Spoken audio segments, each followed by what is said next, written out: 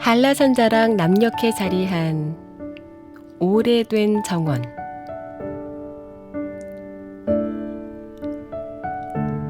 그곳에 가면 우리와 함께 살아온 아름드리 나무가 있습니다.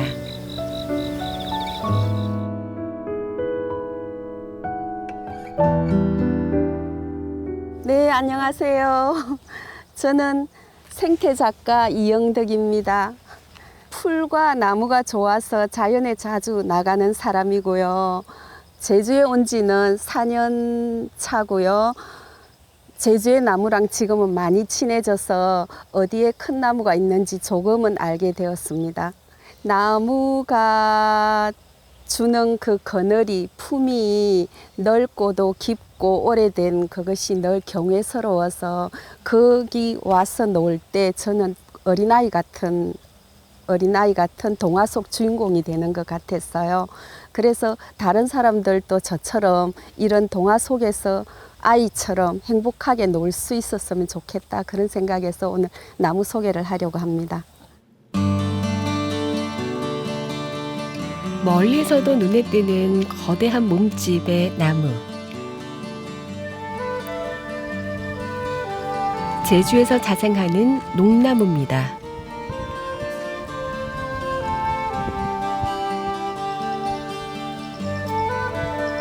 수령이 자그마치 200년이 훌쩍 넘는 노거수인데요.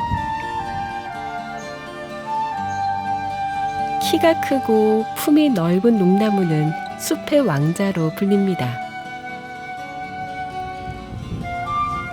윤기가 흐르는 초록 잎엔 또 다른 매력이 숨겨져 있는데요. 농나무에는 온몸에 다 그 향기로운 향기가 나는 장내라는 성분이 들어 있어요. 그래서 우리가 농나무 옆에 이렇게 있으면 농나무 바람이 일면 그 장내 성분이 우리 몸을 이렇게 감싸준다고 생각하셔도 될 거예요.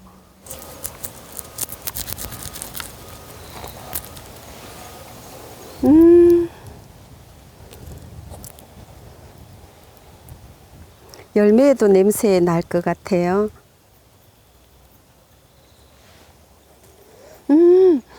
잎보다 더 진하게 나요. 조금 더 농도를 높여놓은 듯한 느낌, 로즈마리 향도 나고 흔히 피톤치드 향이라고 하는 그 향이 나는 것 같아요. 싱그러우면서도 강하지 않은, 연하면서도 깊은 향긋함? 향기로운 열매는 새들이 좋아하는 먹입니다.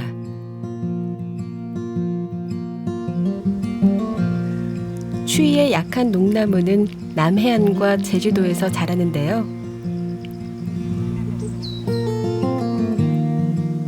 햇빛을 좋아하는 나무. 햇살을 끌어안은 노거수는 잠시 앉아서 쉬어가기에 그만입니다.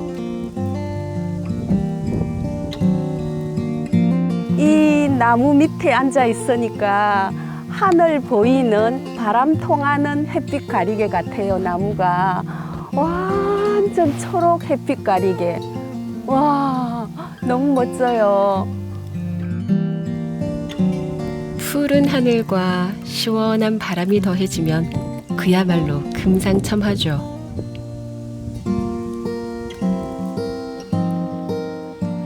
아름드리 나무는 작은 식물들의 보금자리이기도 합니다.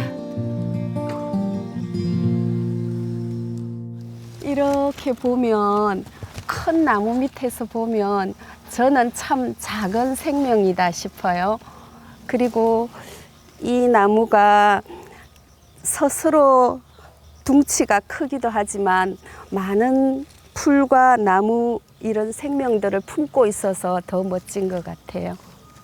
얘는 꽃이 피지 않고 잎 뒷면에 홀씨가 생겨서 번식하는 석이라는 식물이에요. 그런데 이 잎이 보통 앞면이 보이는데 나무 밑에서 보니까 나무 뒷면에 포자낭 무리가 보여서 또 다른 아름다움이 있는 것 같아요.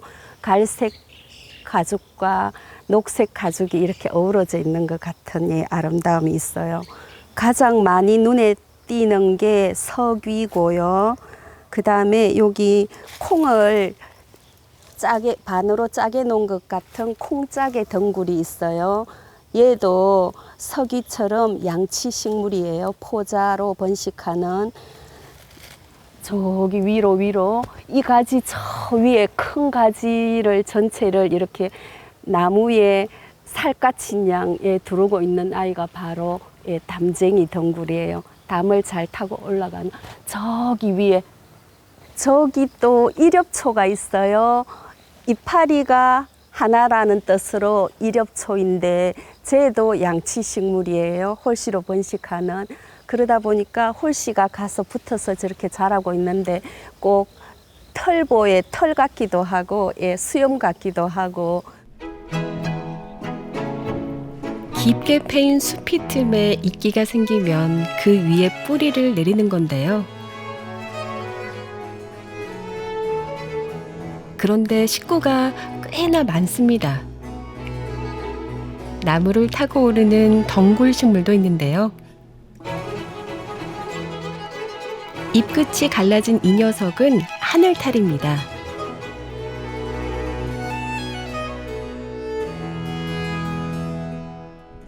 이렇게 여러 가지 생명이 사는 걸 보면 꼭 할머니, 할아버지도 생각나고요. 그 다음에 이게 자연이구나 하는 그런 생각이 들어요.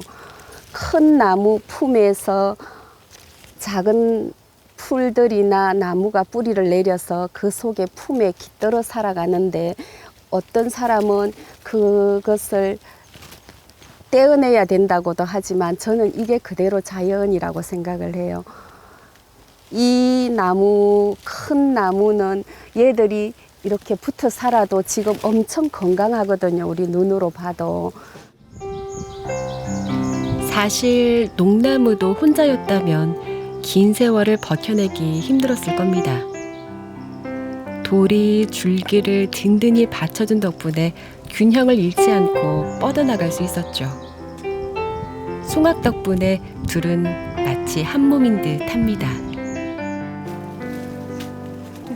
이렇게 나무가 옆으로 이렇게 가다가 돌을 개어주니까 위로 좀 올라갔어요. 올라가다가 또 옆으로 가지가 이렇게 퍼졌어요. 이 나무의 가장 마음이 가는 부분이라고 해야 될까요?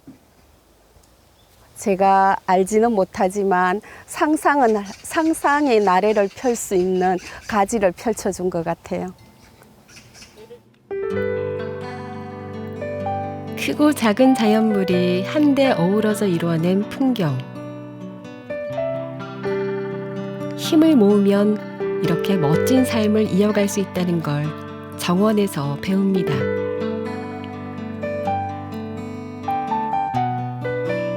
이곳 정원엔 제주에서 자생하는 귀한 나무가 하나 더 있는데요.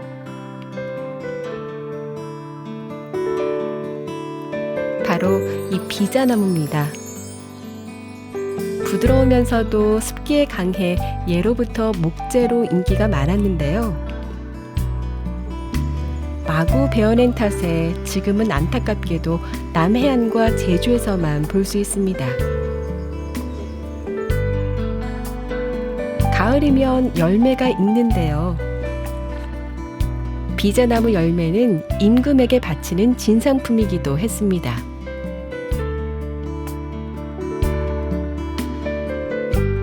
잎이 한자 안일 비자를 닮아서 안일 비자에다가 나무목이 앞에 옆에 있고 그 다음에 상자 방이 있어요. 그래서 잎이 안일 비자를 담고 목재는 상자를 만들기 좋은 나무였고 그 다음에 씨앗은 약재로 잘 써서 그래서 비자나무 비에 씨앗 자자 아들 자자를 합쳐가지고 비자나무라고 해요. 와, 여기도 열매가 있어요. 오.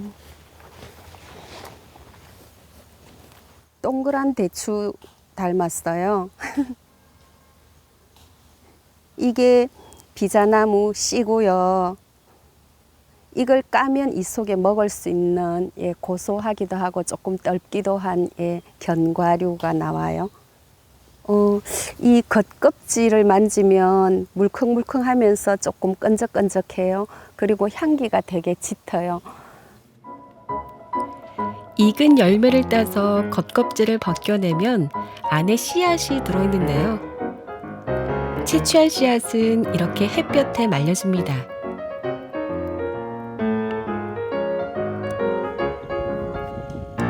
모양이 꼭 아몬드처럼 생겼죠. 이것을 예전에 그 나라에 우리가 진상을 하던 진상품이에요. 이게 전부 이렇게 나라에 진상을 하면 이렇게 해서 궁궐에서 구충제, 지금으로 말하면 구충제로 약재로 썼다고 해요. 동의보감에 보면 비자 7알을 7일간 먹으면 촌충이 녹는다라는 그런 문헌 기록이 나오더라고요. 그래서 저도 이걸 먹어봤어요. 근데 지금은 이걸 먹는데 고소하고 겉은 약간 떫고 그래요. 근데 제일 처음에 몰랐을 때 기록만 보고 제가 이걸 먹었어요. 이걸 이제 처음에 딸 보고 딸도 먹고 저도 먹고 이거 먹어보자, 촌충을 녹인단다 하고 이제 이렇게 먹었는데 정말 네 맛도 내 맛도 없어서 그냥 뱉었더니 그때 우리 애가 하는 말이 엄마 이거 에프킬라 같아요 이러면서 버렸어요. 그거 왜 그렇지? 그럼 어떻게 먹었을까? 그러고 나중에 보니까 이제 이걸 까서 먹는 거였더라고요. 그걸 까서 볶았어도 먹기도 하고. 제주 토박이를 만났는데 그분은 이걸 주워가지고 볶아서 술안주로 먹었대요.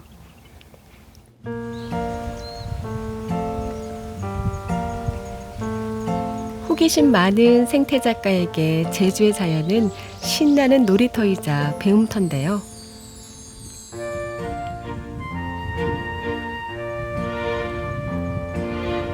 각양각색의 꽃잎과 씨앗들로 차린 아기자기한 밥상은 작가의 이야기 주머니를 풍요롭게 채워줍니다. 피자도 먹어.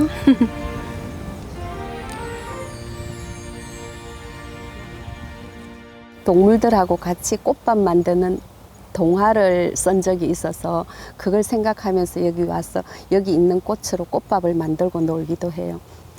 자연에 오는 건 저한테 선물을 주는 시간이에요. 네. 사실 이 노거수 정원은 유서 깊은 천주교 사적지입니다. 열성적인 식물 채집가였던 에밀 타케 신부의 자취가 남아있는 곳이죠.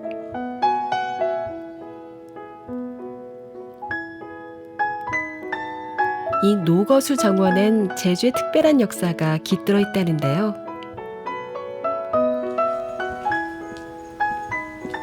신부님이 직접 안내해 주시겠답니다.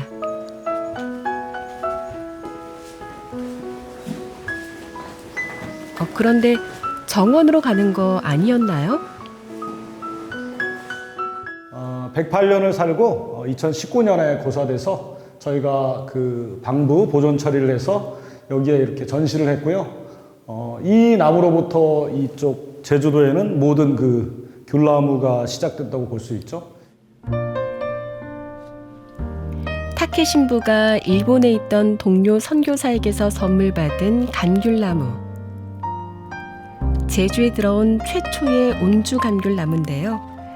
100년이 넘게 살다가 지난 2019년에 고사해서 나무의 일부를 이렇게 간직해 뒀다는군요. 하루 종일 작업을 한 것 같아요. 사다리에 올라가서 굉장히 무겁습니다, 이 나무. 그리고 벽에 이제 이 앙카를 받고 이렇게 설치를 했고, 많은 분들이 오셔서 그래도 첫 번째 귤나무를 좀 오랫동안 볼 수 있으면 좋겠다 이런 마음에 이곳에 보존 전시하게 됐습니다. 그래도 이렇게 전시된 걸 보니까 많이 좋아하시고 뭐 좀 오래 이렇게 보존되기를 바라고 있습니다. 죽어서도 빛나는 나무. 노거수 정원엔 섬이 간직한 특별한 이야기가 깃들어 있습니다.